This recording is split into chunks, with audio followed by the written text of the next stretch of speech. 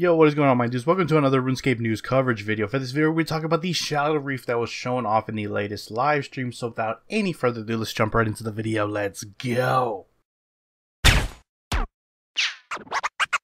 Cats is the illest. What you talking about, Willis?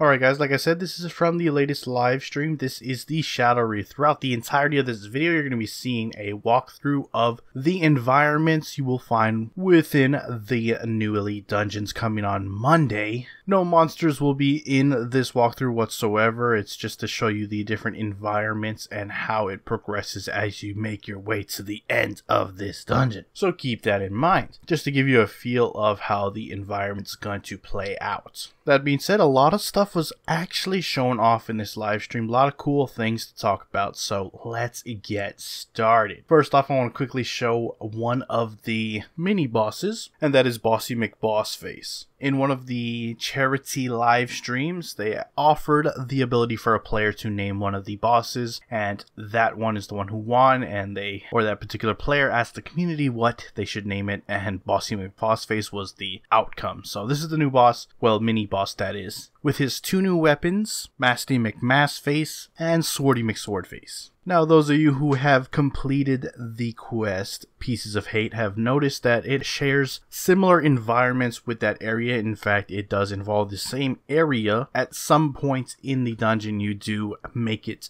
to the building where the final boss fight in Pieces of Hate took place. But this is where you're going to be starting off. It is an underwater elite dungeon if you haven't noticed by now. But as you get progressively deeper into it, the area starts to get darker as you get lower to the depths of the ocean. All the way at the very end where you'll find the ambassador. Anyways, the first monster you come across, or the first boss you come across rather, is the Crassian Leviathan. It has a very unique battlefield, to say, in that there are various different crevices scattered around the area where multiple heads of this Leviathan can poke out and attack you. It's a very cool and very detailed looking boss, and I'm really curious to see exactly how this fight is going to play out. Really don't know exactly at this point. All we know is what it looks like, a couple of animations and the like, but it does look amazing and I can't wait to see this in game. They did say on live stream, once you learn the mechanics and you know how to do this boss, melee is going to be one of the preferred styles to killing this boss. Again, that's assuming you know exactly what you're doing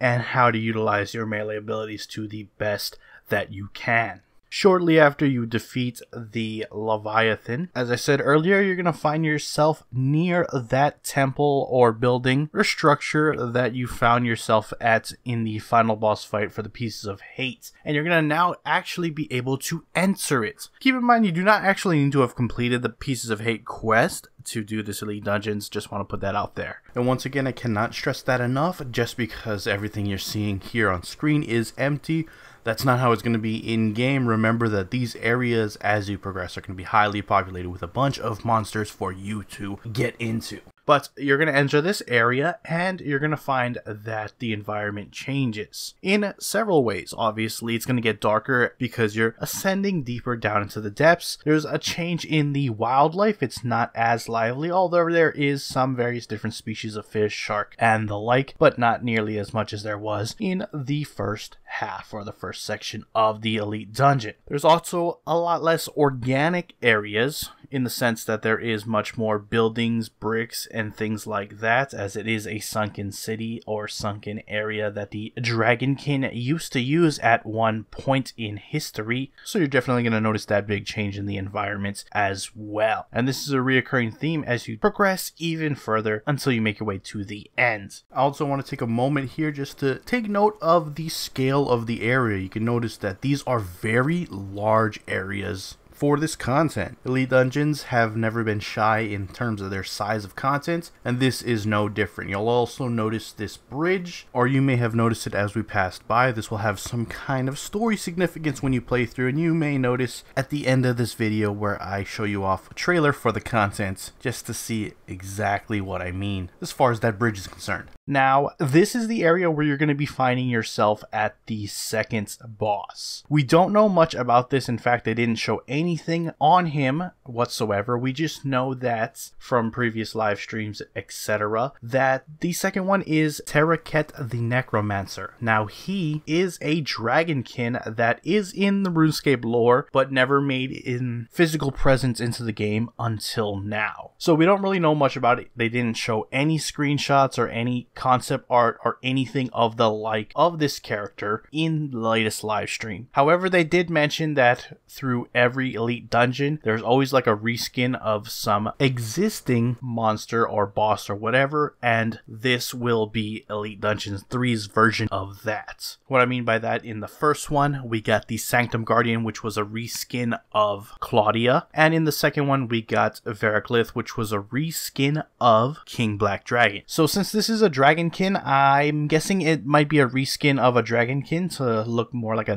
necromancer, like a wizard or something of the kind. But like I said, they did not show off anything regarding his appearance, his mechanics whatsoever. So that is up for speculation at this point. Obviously, we're going to find out on Monday what that entails, what that's like. But for now, we simply just, got nothing but our imagination at this point. But that's cool. Just makes it all that more elusive. Similar to the previous boss, it won't be long after you complete the second one where you're going to be ascending down further into the depths once again to finally meet up with the Ambassador. As a reminder, yes, this area is going to be filled with a bunch of different monsters for you to get into, including mini bosses, of which there are 16 this time around, of which every run 4 different ones will spawn. 5 if that dungeon is on Spotlight. And I'll take the opportunity now to explain exactly what Spotlight dungeons are. So with the release of this dungeon, one of the 3 elite dungeons will be on Spotlight. The one that is will spawn 1 extra mini boss. You'll also get 25% more Dungeoneering XP while doing these dungeons. And there's a 20% reduction in death costs should you die. So make sure you're using the new Elite Dungeon Spotlight system to your advantage. Now, when you actually do make it over to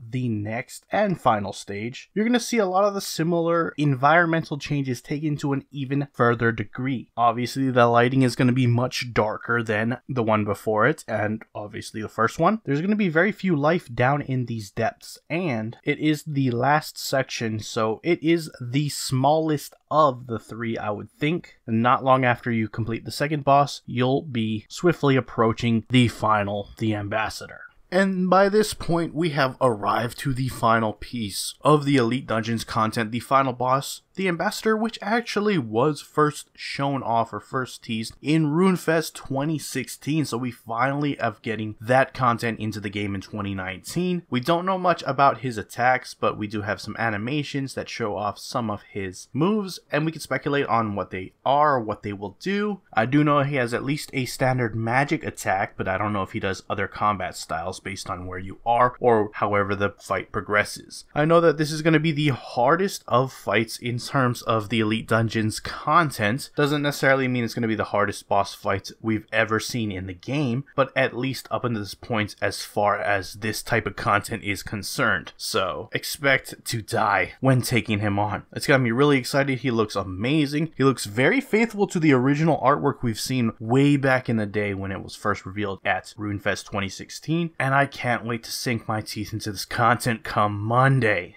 So that concludes your walkthrough of the dungeons themselves. Let me know what you guys think about everything we've shown off in this video. I just want to quickly close off by showing off the crossbow, the two-handed tier 92 crossbow Eldritch, as well as the pets, the Ambassador, and the one from the last Elite Dungeon that if you've gotten the crystal or the item that summons the pet, you'll be able to unlock the pet for the Blackstone Dragon with this new dungeon. That's what it looks like, so you can see on screen. And we're going to close out the video with a trailer for the Elite Dungeons, just to give you a feel of what it looks like with monsters, etc. So let me know what you guys think about this video. Let me know what you guys think about everything in here. And with that, I am out.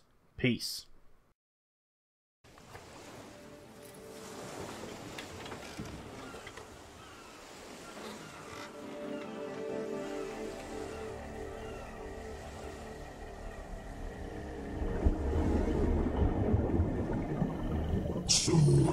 This is who comes to kill me?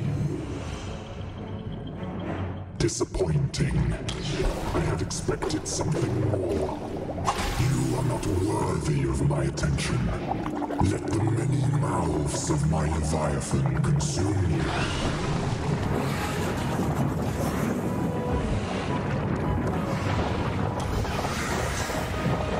If you will not rise, then you shall fall. Your soul is but a candle in the darkness. I shall snuff it out.